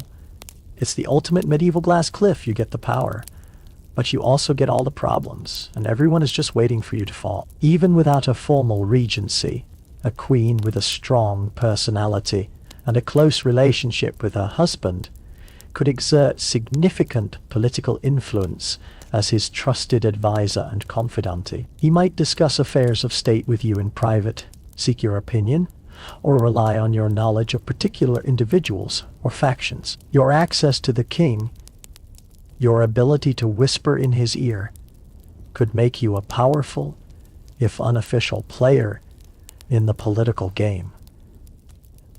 Of course, this kind of influence was entirely dependent on his willingness to listen and on your discretion. If you were perceived as meddling too much or as promoting your own favorites or the interests of your native land over those of your husband's kingdom, you could quickly find yourself isolated and powerless. Chronicles are full of tales of queens who overstepped, who became too entangled in political factions, and who ultimately suffered for their ambition. Historians still argue about the true nature and extent of this pillow talk power.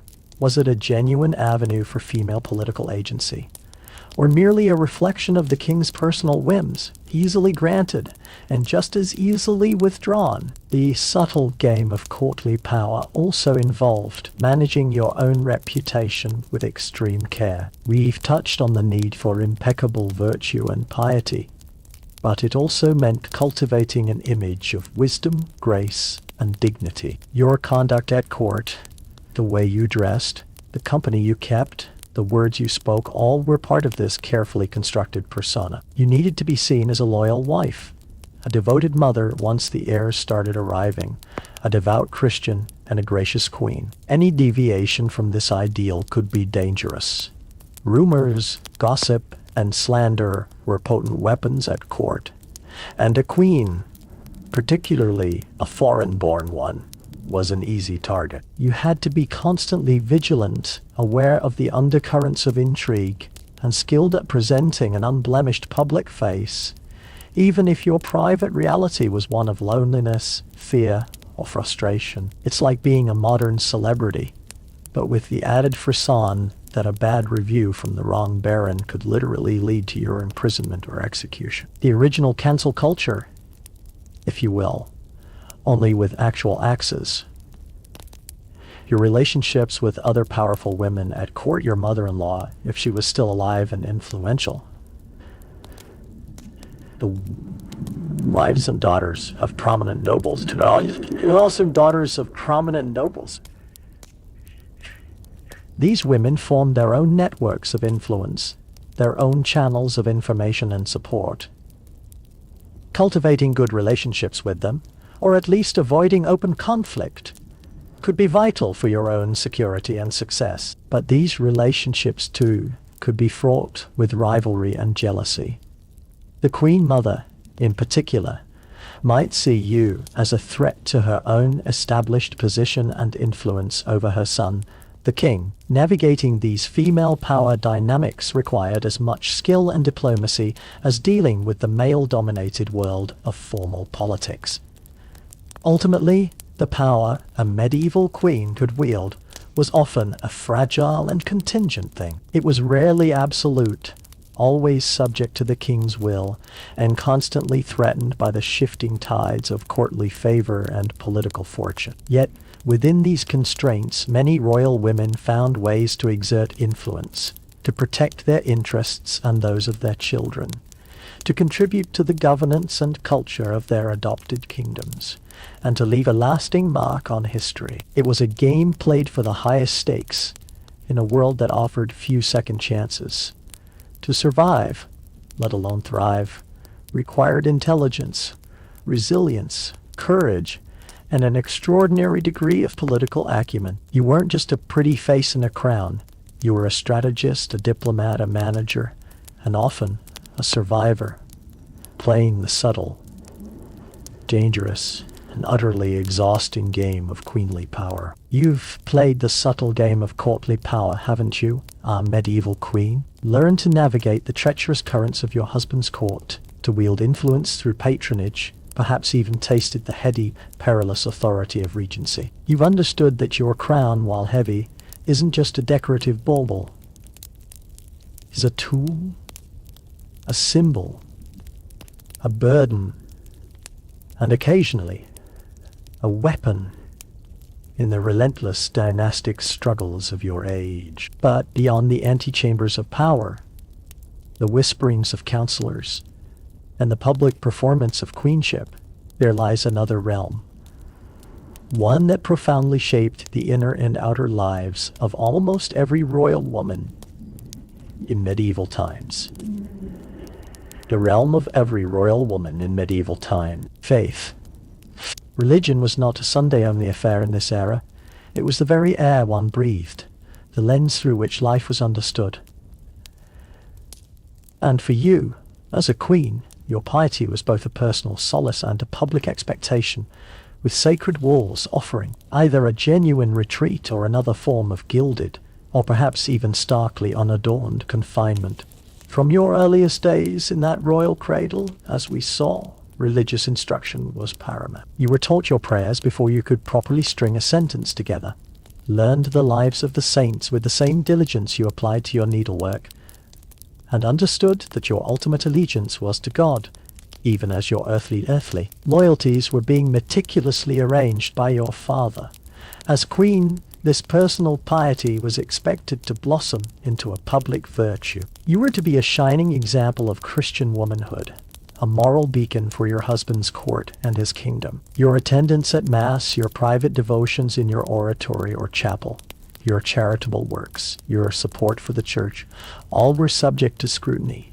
All contributed to your reputation as a good or bad queen. A queen who was seen as genuinely devout, who generously endowed religious houses, who interceded with her husband on behalf of the church, could earn immense respect and even a degree of political capital. It was one of the few areas where a woman's influence was not only tolerated but actively encouraged, as long as it didn't stray into challenging the established order, of course. You could fund a new wing for the local friary, but you probably shouldn't start suggesting radical theological reforms to the archbishop. Know your limits, even in holiness. Imagine your private chapel, a small, often richly decorated space within the castle or palace, your personal sanctuary. Here, away from the clamor and intrigue of the court, you might spend hours in prayer, poring over an illuminated book of hours, its pages filled with exquisite miniatures of saints and biblical scenes. You would have your own confessor, a priest chosen for his learning and discretion, to whom you would unburden your soul, your fears, your frustrations, perhaps even your sins of anger or envy, though probably not your sins of actual enjoyment. Those were generally frowned upon. For many royal women, trapped in often loveless political marriages, burdened by the constant pressure to produce heirs, and surrounded by the shifting loyalties of a foreign court, genuine religious faith could offer profound solace, a sense of meaning and purpose beyond the transient concerns of worldly power. It was a connection to something eternal, something unchanging, in a life that was often terrifyingly precarious.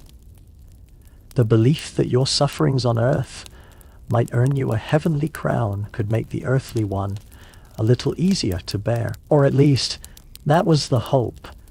Your patronage of the church could be extensive. You might found new monasteries or nunneries, commission altarpieces or stained glass windows, donate rich vestments and sacred vessels. This wasn't just about piety. It was also about legacy. These foundations and artworks would stand as lasting testaments to your devotion and your munificence, ensuring that your name would be remembered, prayed for, long after you were gone. It was a way of shaping the spiritual landscape of your adopted kingdom, of leaving a mark that was uniquely your own. This patronage also created important alliances. The abbots, bishops, and other high-ranking churchmen who benefited from your generosity could become powerful supporters, advocating for your interests with the king or within the wider political sphere. It's like a medieval version of philanthropic networking. Only instead of gala dinners, you have solemn dedication ceremonies. And instead of tax breaks, you get prayers for your immortal soul, and maybe a strategically placed ally on the kin council. But what if the path of marriage and queenship was not for you? Or what if, after a politically useful marriage had served its purpose, perhaps by producing the requisite heir, or by your royal husband inconveniently dying, you were deemed surplus to requirements in the dynastic game? For many royal and noble women, the convent offered an alternative and often an unavoidable destiny. This wasn't necessarily a free choice made out of a pure desire for a contemplative life, though some women undoubtedly did feel a genuine religious vocation. More often, it was a convenient and socially acceptable way for families to provide for daughters who couldn't be advantageously married off, or to dispose of politically inconvenient widows or disgraced female relatives. A mainstream historical fact is that many medieval nunneries, particularly the wealthier and more prestigious ones, became repositories for the unmarried or widowed daughters of the aristocracy. These houses could offer a degree of security, education, and even administrative responsibility for women who might otherwise have had very limited options in the secular world. Imagine you are Princess Isabella, the third daughter of a king who already has two older daughters married off to powerful neighboring rulers, and a healthy brood of sons to secure his own succession. You are learned, pious, perhaps a little too independent-minded for the liking of most potential husbands. A suitable dynastic match proves elusive, or perhaps your father simply doesn't want to spend another vast dowry. The solution? The church. You are gently, or perhaps not so gently, persuaded that your true calling lies in becoming a bride of Christ. You are endowed with sufficient lands or funds to secure your place in a respectable nunnery, perhaps one founded by your own ancestors. And so you exchange your silken gowns for a nun's rough habit, your place at court for a cell in a cloister. Your gilded cage is replaced by sacred walls. Life within a convent was one of routine, discipline, and devotion. The day was structured around the Opus Dei, the daily cycle of communal prayer and worship, beginning before dawn with matins and ending after dusk with compline. There was manual labor, study for some, and the strict observance of vows of poverty, chastity, and obedience. For a woman accustomed to the luxuries and intrigues of a royal court, this transition could be jarring. The food was simple, the comforts few, the silence often profound. Yet for some, it could also be a liberation of sorts. Freed from the pressures of marriage, childbirth, and courtly politics, a woman in a convent might find a measure of peace, a space for intellectual or spiritual pursuits, and a community of like-minded women. Historians still argue about the degree of autonomy and fulfillment that medieval women could find in monastic life. Was it a genuine alternative to the constraints of secular society, offering opportunities for leadership as an abbess, for example, in spiritual growth? Or was it, for many, simply another form of confinement, a socially sanctioned way of removing women from the world of men and power? The role of an abbess, particularly of a wealthy and influential convent, could indeed be one of considerable power. She would be responsible for managing the convent's estates, overseeing its finances, dispensing justice within its jurisdiction, and representing its interests in the wider world. Some abbesses were formidable figures, learned, politically astute, and capable of holding their own against bishops and secular lords. For a royal woman with administrative talents and a strong will, becoming the head of a major religious house could offer a sphere of influence far greater than she might have enjoyed as a minor princess or a neglected queen. She could be a patron of learning, a spiritual leader, a significant landowner, a force to be reckoned with. It's like becoming the CEO of a very old, very sacred, and surprisingly influential non-profit organization. However, not all convents were idyllic centers of learning and spiritual peace. Some were poorly endowed, struggling for resources. Some suffered from lax discipline or internal divisions. And for a woman forced into a convent against her will, perhaps a queen repudiated by her husband, or a princess whose political inconvenience made her a liability in the secular world, the sacred walls could feel very much like a prison. Stripped of her status, her wealth, her freedom of movement, and her connections to the outside world, her life could become one of bitter resignation. A day spent in enforced piety, mourning the life she had lost or been denied. A quirky or fringe tidbit: there are medieval tales and chronicles that speak of reluctant nuns who found creative, if not always successful, ways to rebel against their confinement, from feigning illness to attempting escape, or even engaging in scandalous behavior within the cloister walls, much to the horror of their superiors. and the delight of local gossips. It suggests that not everyone accepted their sacred confinement with quiet submission. Even for queens who remained in the world, their relationship with the church and its institutions could be complex. While piety was expected, too much overt political involvement through religious channels, or a confessor who was seen as wielding too much influence over the queen and through her, the king, could be a source of tension and suspicion at court. Queen had to navigate her spiritual duties with the same care and diplomacy she applied to her secular ones. Her faith was a source of strength, a mark of her virtue, a tool for patronage, but it could also be a vulnerability if it was perceived as making her too independent, too otherworldly, or too much under the sway of ambitious churchmen. So for you, our medieval royal woman, the sacred walls of the church, the convent, or your own private chapel offer a multifaceted reality. They are a place of genuine solace and spiritual depth, a refuge from the often brutal demands of your dynastic role. They are a sphere where you can exercise a degree of agency through patronage and pious works, leaving a legacy that might outlast political anointing. But they can also represent confinement, a gilded or a starkly plain cage where your choices are limited, your life dictated by rules not of your own making. Whether by choice, by duty, or by coercion, your relationship with faith and its institutions is an undeniable and often defining thread in the complex tapestry of your royal existence. It is both your sanctuary and at times another set of bars on the window of your carefully circumscribed world. You've sought solace within sacred walls, a medieval queen, finding in your faith a refuge, a sphere of influence through patronage, or perhaps an involuntary confinement that exchanged one gilded cage for another, albeit one with more prayer and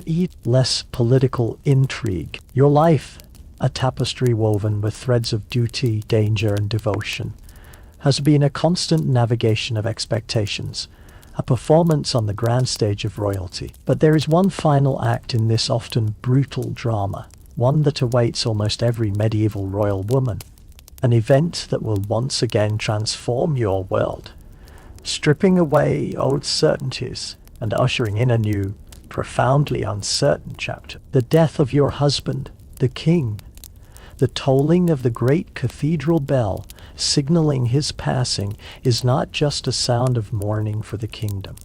For you, it is the sound of your own world tilting on its axis. The widow's veil descends, and with it comes a twilight of new dangers, a potential loss of status, or just possibly a final quiet kind of power. The immediate aftermath of the king's death is a period of intense, chaotic activity, and for you, a bewildering mix of prescribed grief and acute vulnerability. The court is plunged into mourning, or at least an outward display of it. Black drapes are hung, candles flicker endlessly, prayers are intoned for the soul of the departed monarch. You, as his widow, are expected to be the chief mourner, your sorrow a public spectacle. Whether your grief is genuine, a deep personal loss for a man who was, perhaps, a kind companion, or even a beloved husband, or whether it is a carefully performed parade to mask relief or indifference towards a cruel or neglectful spouse. Their outward forms must be observed with impeccable correctness. Any perceived lack of appropriate sorrow could be seized upon by your enemies as a sign of disrespect or worse. But beneath the somber trappings of mourning, political currents swirl with renewed intensity. Your status has changed irrevocably. You are no longer the queen consort, the wife of the reigning king. You are now the dowager queen, the king's widow. If your son is the new king, and he is of age, your position might still hold a degree of respect and influence. Particularly, if you have cultivated a strong relationship with him, you become the queen mother, a figure of experience, a repository of dynastic memory. You might continue to play a role at court, offering counsel, mediating disputes, or managing your own dower lands. However, your direct access to power, which was always filtered through your husband, is diminished. The new king will have his own wife, the new queen consort, who will now occupy the primary female role at court, and your relationship with her can be a source of either comfort and alliance, or bitter rivalry and jealousy. It's like being the former CEO of a company whose son has just taken over, and his ambitious new wife is now redecorating your old office. Awkward. If your son, the new king, is still a minor, then your role as queen mother might briefly transform into one of immense, if perilous, power. That of regent. We touched upon this earlier, the queen ruling in her son's name until he comes of age. This could be your moment to truly shape the kingdom, to put into practice all the political acumen you have acquired over years of navigating court life. But, as we also noted, a female regent faced enormous challenges, resentful nobles, opportunistic rivals.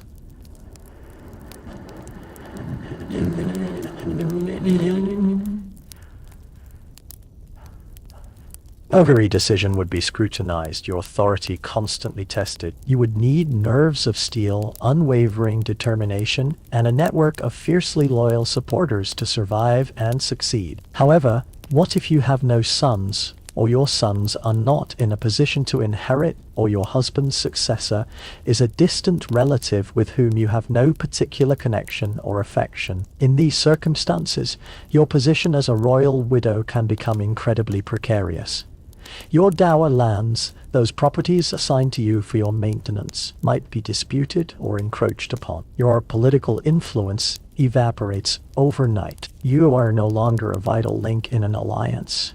You are a reminder of a past regime, potentially a nuisance, or even a threat to the new order if you are perceived as having your own ambitions or loyalties. A mainstream historical fact is that the dower rights of royal widows, while legally established, were not always respected in practice, especially during times of political instability, or if the widow fell out of favor with the new ruler. Protracted legal battles or even outright confiscation of dower lands were not uncommon, leaving some formerly powerful queens in relatively straitened circumstances. Remarriage is another distinct possibility, or perhaps a looming threat. A royal widow, especially if she is still relatively young and potentially fertile, or if she controls significant dower lands, can be a valuable marital prize. However, unlike your first marriage, which was arranged by your father for his dynastic purposes, a second marriage might be arranged by the new king, your son, or your husband's successor for his political convenience. You could find yourself once again a pawn in the marriage game, perhaps married off to a loyal supporter of the new regime to secure his allegiance, or even to a former enemy as a gesture of reconciliation. The choice would rarely be yours, and if you dared to choose a husband for yourself, especially one deemed unsuitable by the ruling powers, perhaps someone of lower rank, or someone whose loyalty was suspect, you could face severe consequences, including the loss of your dower lands, your titles, and even your freedom. The idea of marrying for love, even in widowhood, was a luxury few royal women could afford if it conflicted with the interests of the state. It's like being told you can finally choose your own destiny, but all the available paths lead to another prearranged, politically motivated merger. For many royal widows, particularly those who were older, or whose dower lands were not extensive enough to make them a tempting political prize, or those who simply wished for peace after a turbulent life, retirement to a convent was a common path. We explored the convent earlier as a potential destiny for surpluses, princesses, or disgraced noblewomen. For a dowager queen, it could offer a dignified and pious retreat from the world. She might enter a prestigious abbey, perhaps one founded by her own family, or one she had generously patronized during her time as queen. Here, she could live out her remaining years in prayer and contemplation, still maintaining a degree of status and comfort, perhaps even acting as an informal advisor to the abbess or as a spiritual mentor to the younger nuns. This wasn't necessarily a forced confinement, though in some cases it certainly could be if a widow was deemed politically inconvenient. For some women, after a lifetime spent in the glare of public scrutiny and the storms of courtly intrigue, The peace and predictability of monastic life might have been a genuinely welcome prospect. Historians still argue whether widowhood, for medieval royal women, offered a greater degree of autonomy than marriage, or if it simply exchanged one set of constraints for another. On one hand, a widow, particularly a wealthy dowager queen managing her own estates, was no longer subject to the direct authority of a husband. She might have more control over her own finances, her own household, her own time. She could devote herself to pious works, to patronage, to the interests of her children. On the other hand, she was also more vulnerable. Without a husband's protection, she could be an easier target for political enemies or greedy relatives. Her freedom of action was still circumscribed by social expectations, by the interests of the ruling king, and by the ever-present authority of the church. Her power, if she had any, was often a reflected glory, a legacy of her former status, rather than an inherent right. A quirky or fringe tidbit. Mourning customs for royal widows could be quite elaborate and prolonged. A queen might be expected to remain in seclusion for a significant period, dressed in somber black, though black wasn't universally the color of mourning in all medieval periods or cultures. Her chambers draped in dark hangings. Her public appearances would be carefully managed. Her demeanor, one of pious resignation and dignified sorrow. This extended period of mourning was not just about personal grief. It was also a public performance, a reaffirmation of the late king's importance and the stability of the dynastic order. It's like a very, very long and elaborate funeral where you're the star attraction, and your main costume note is tragically bereft, but still impeccably regal. The brutality of widowhood often lay in this very uncertainty, the sudden loss of a defined role and a secure place in the world. One day you are queen, at the apex of society, your life governed by the rhythms of the court and the demands of your royal husband. The next, he is gone, and your future is a terrifying blank, dependent on the goodwill of others, on the shifting sands of political expediency. Your children, if they are young, might be taken from your care, their guardianship entrusted to male relatives or powerful nobles. Your dower lands might be challenged, your income reduced. You might face pressure to remarry against your will, or to retire to a convent, whether you feel a religious vocation or not. The loneliness, after a lifetime surrounded by the bustling activity of a royal household, however superficial those connections might have been, could be profound. Yet it is also true that some royal widows carved out remarkably independent and influential lives for themselves, freed from the immediate constraints of marriage and possessed of their own resources through their dower lands. They became astute managers of their estates, patrons of learning and religion, and respected figures in their communities. They might act as mediators in disputes, as advisors to their sons or other relatives, or simply as matriarchs presiding over their extended families with wisdom and authority. These women demonstrate that widowhood, while fraught with peril, could also, for the fortunate and resourceful few, offer a surprising degree of agency and a final opportunity to shape their own legacy, not just as the wife or mother of a king, but just as the wife or mother of a king, as individuals in their own right. They are the exceptions that perhaps prove the rule, the ones who manage to find a measure of quiet power in the twilight of their royal lives. And so, your journey as a medieval royal woman, from that first breath in the smoky birthing chamber to the uncertain shadows of the widow's veil, has been one of constant negotiation, of survival, of navigating a world that both exalted and brutally constrained you. You were a pawn in dynastic games, a vessel for dynastic continuity, a symbol of royal power and piety. Your life was rarely your own. Yet, within those gilded and sometimes iron cages, you and your sisters throughout medieval history found ways to endure, to influence, to love, to believe,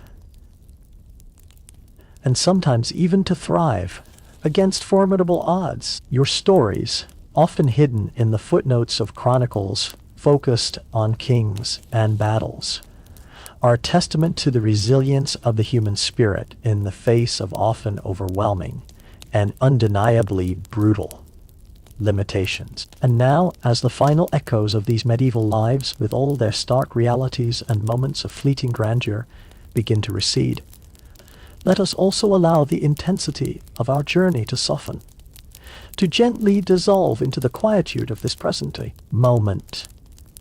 You have walked through the cold stone corridors of castles, felt the weight of velvet and ermine, heard the distant sound of lutes and the solemn intonation of prayers. You have imagined the anxieties of a young princess facing an unknown future, the pressures upon a queen to secure a dynasty, the perils of childbirth in an age before modern medicine, the subtle dance of courtly power, the stark choices offered by sacred walls, and the uncertain twilight of widowhood.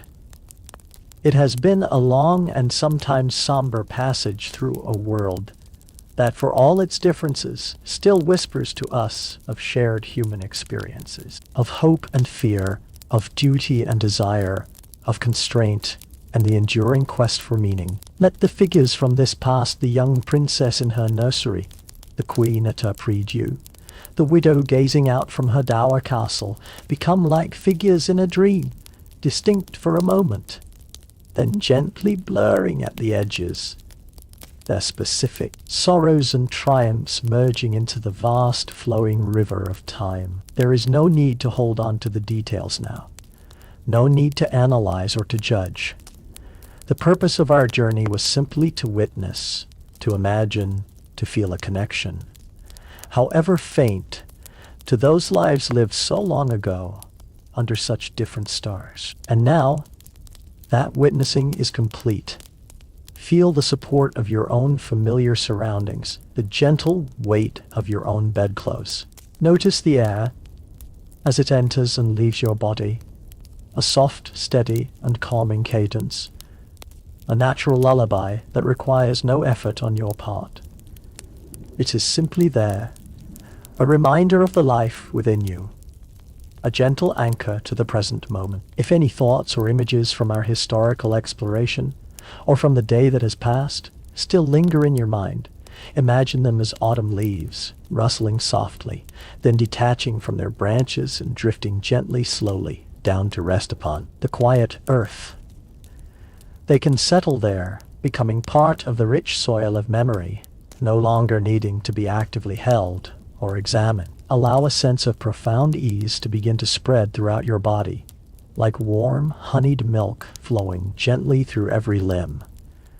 Feel it in your toes, a soft tingling, a release of any tension. Let it move up through your feet, your ankles, your calves, soothing and relaxing every muscle, every fiber. Your legs feel heavy, pleasantly heavy, sinking deeper into the comfort of your bed. This gentle warmth, this wave of relaxation, now flows into your hips, your abdomen, your lower back, releasing any tightness, any holding.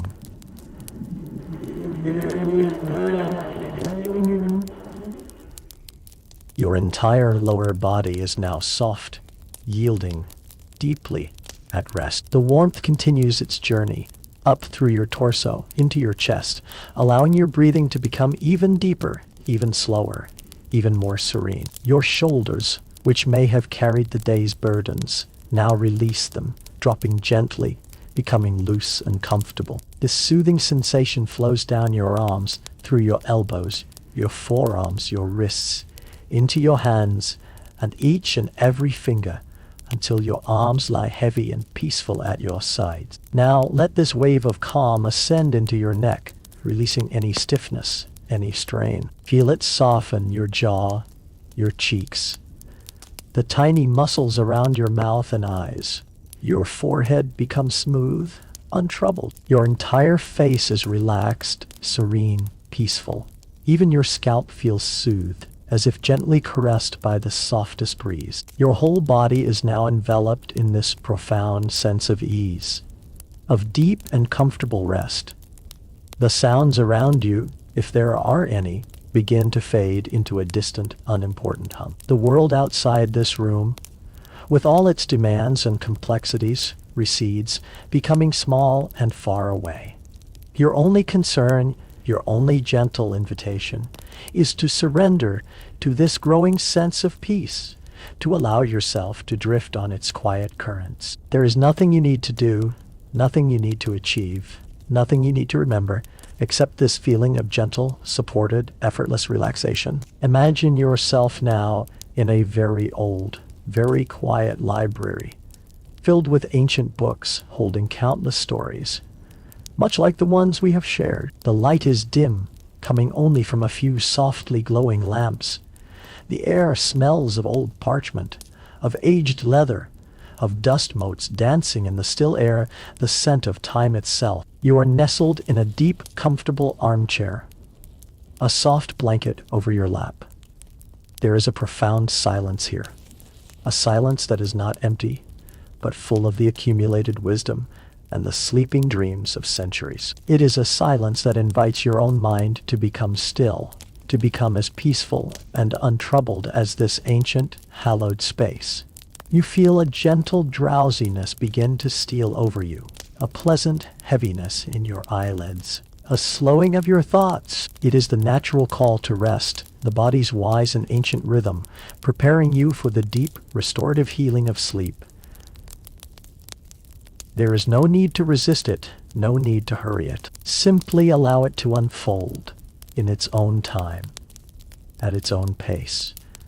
Each breath out carries you a little further away from wakefulness, a little closer to the shores of slumber. You are like a small boat, gently unmooring from the quay, drifting out onto a calm, dark, and infinitely peaceful sea. The waters are still, the sky is full of soft, distant stars, and the only sound is the gentle lapping of the waves against the hull. A soothing, rhythmic whisper. Let go now. Let go of the day. Let go of our stories. Let go of all effort. Allow yourself to be carried. Allow yourself to sink. Allow yourself to drift deeper and deeper into the soft, welcoming embrace of sleep. The journey is done. Rest now. Rest deeply.